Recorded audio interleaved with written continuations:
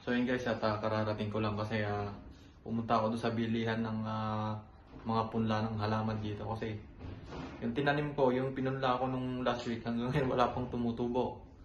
So parang palpak yata ginawa ko. So ginawa ko ngayon, bumili ko ng punla ng sibuyas kasi naiinip na ako. So ito siya, 50 pieces siya, 438 yen at mamaya itatanim ko. Tapos yan, bumili na rin ako ng fertilizer niya. Iba pala yung pataba ng sibuyas sa ibang gulay. Yan, pataba siya ng sibuyas tsaka bawang. Tapos yung black plastic na yun. Kasi last week kinulang ako. So yun nga pala guys, yung pinunla ko nung last week. Yan, wala pang nagpaparamdam. Dito sa mga petsay, meron maliliit. Pero parang mamamatay pa kasi nabasa ng ulan kahapon yan. Tapos yung sibuyas at carrot wala pang lumalabas. 1 week na. Kaya parang sumablay. Tara, samahan niyo ako magtanim tayo doon. So ayan guys, ito yung plot natin. Ayan, nilagyan ko na ng mga butas para doon ko itatanim yung mga sibuyas sa bawat butas na yon. So 50 pirasong butas din yung ginawa ko. Ayan, at balot na balot tayo kasi sobrang lamig dito ngayon. So tara, umpisa na natin magtanim. So ayan, ito yung punla natin.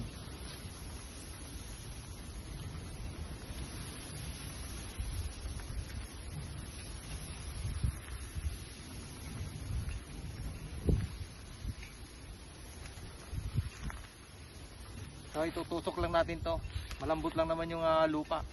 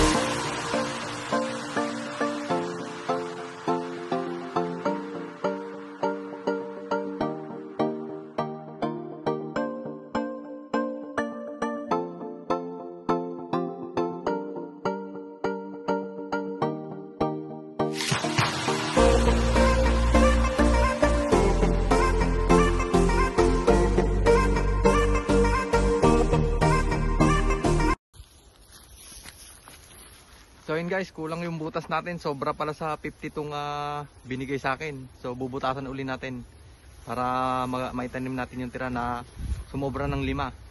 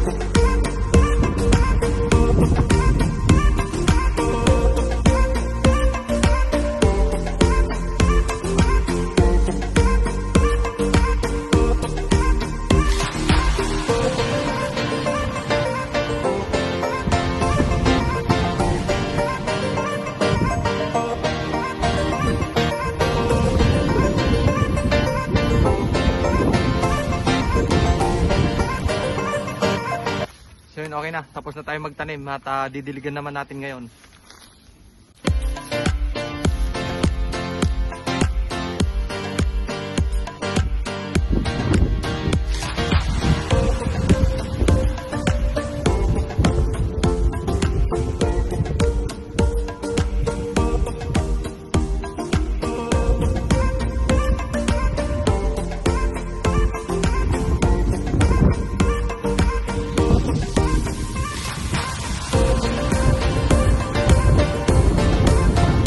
Ayan guys, at tapos na nating diligan. So medyo malalaki na rin yung pool ng binili ko para mabilis. Nainip kasi ko eh. Tapos yun, nag-iisipan ko pa kung ano itatanim ko. Tapos yan pa.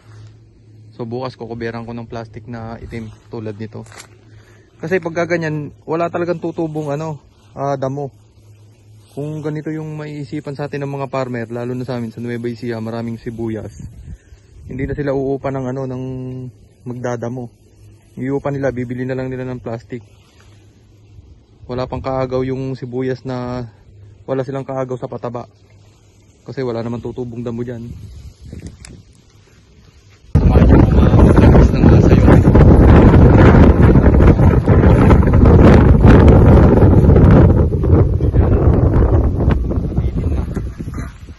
Meron din doon, masyado kasi madamo.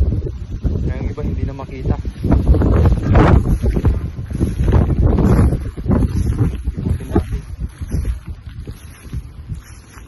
Meron din dito sa ilalim.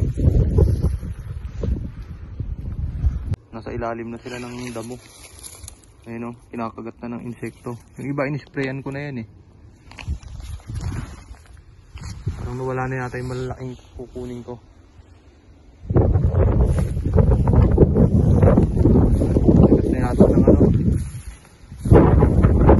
Meron kasing squirrel na gumagala dito eh.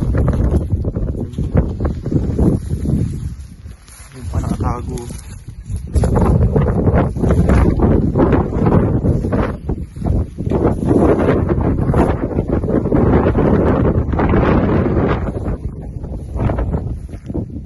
So yun guys, hanggang dito na lang ang video na to at papasok na ako sa bahay at masyado nang malamig.